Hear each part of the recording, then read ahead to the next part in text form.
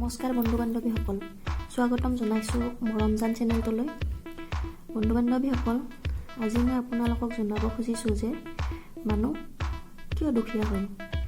বন্ধু বান্ধৱীসকল, ভগৱান শ্ৰীকৃষ্ণই কৈছিল যে মানুহ 5টা কাৰণত দুখীয়া হ'ব পাৰে। গতিকে জানক বন্ধু বান্ধৱীসকল এই 5টা কাৰণ। বন্ধু বান্ধৱীসকল, বহুত মানুহে ভগৱানক কয় যে মই কিয় দুখীয়া, কিন্তু বন্ধু বান্ধৱীসকল আপোনালোকে জানেনে আপোনাৰ কিছুমান বেয়া অভ্যাসৰ কাৰণে কিন্তু আপুনি দুখীয়া হৈ যাব পাৰে, যাৰ বাবে আপোনাৰ ওচৰত টকা পইচা নাথাকিব পাৰে। কোৱা হয় যে মা লক্ষ্মী বহুত চঞ্চল, লক্ষ্মী একে ঠাইতে নাথাকে।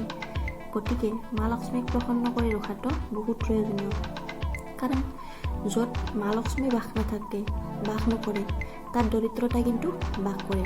গতিকে আপোনালোকে এনে কিছুমান বেয়া অভ্যাস এৰি পেলাব লাগে যিয়ে আপোনাৰ উন্নতিত বাধা দিয়ে। ইয়াৰ ভিতৰত 1 নম্বৰটো হ'ল, ভগৱান শ্ৰীকৃষ্ণই কৈছিল যে যিখন ঘৰত চাফ চিকুণতা নাথাকে তাত কেতিয়াও কিন্তু মা লক্ষ্মী বিৰাজমান নকৰে। যিখন ঘৰত স্বচ্ছতা বা শান্তি থাকে সেইখন ঘৰতহে মা লক্ষ্মী বিৰাজমান কৰে। 2 নম্বৰতে বন্ধু বান্ধৱীসকল, যিখন ঘৰত নাৰী বা বয়োজ্যেষ্ঠ বা গুৰুজনক সন্মান নকৰে তাত কেতিয়াও কিন্তু দেৱশক্তি বাস নকৰে, বৰঞ্চ তাত দৰিদ্ৰতাইহে বাস কৰে। 3 নম্বৰতে বন্ধু বান্ধৱীসকল, পূজাৰ সময়ত সদায় ধ্যান ৰখা উচিত যে পূজাৰ স্থান পৰিষ্কাৰ আছে নে নাই। যদি নাই, ঠাইডোখৰ পৰিষ্কাৰ কৰিহে পূজা কৰিব লাগে। লগতে পূজা কৰাৰ সময়ত কিন্তু বেয়া চিন্তাধাৰা আনিব নালাগে। 4 নম্বৰতে বন্ধু বান্ধৱীসকল, বাহিৰৰ পৰা আহি হাত ভৰি নোধোৱাকৈ বা জোতা চেণ্ডেল নোখোলাকৈ বিচনাত শুব নালাগে। দেখা যায় বহুত মানুহে কিন্তু এনেকৈ সোমাই বা বিচনাত শুৱে। যদি এনেকুৱা কৰে তেতিয়াহ'লে কিন্তু বেয়া শক্তিৰ সঞ্চাৰ হোৱা বুলি ক'ব পাৰিম।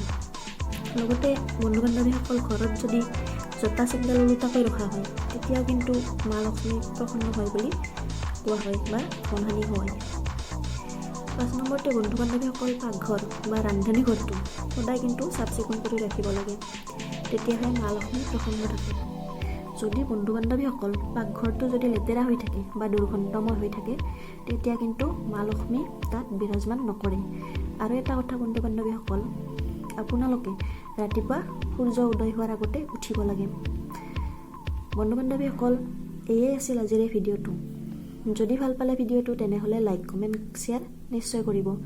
আৰু বন্ধু বান্ধৱীসকল, যদি এই চেনেলটোত আপোনালোকে নতুনকৈ আহিছে তেনেহ'লে ছাবস্ক্ৰাইব কৰি থ'ব, তেতিয়াহে আহিবলগীয়া ভিডিঅ'সমূহৰ ন'টিফিকেশ্যনবোৰ পাই থাকিব। তেতিয়াহ'লে বন্ধুসকল, ধন্যবাদ।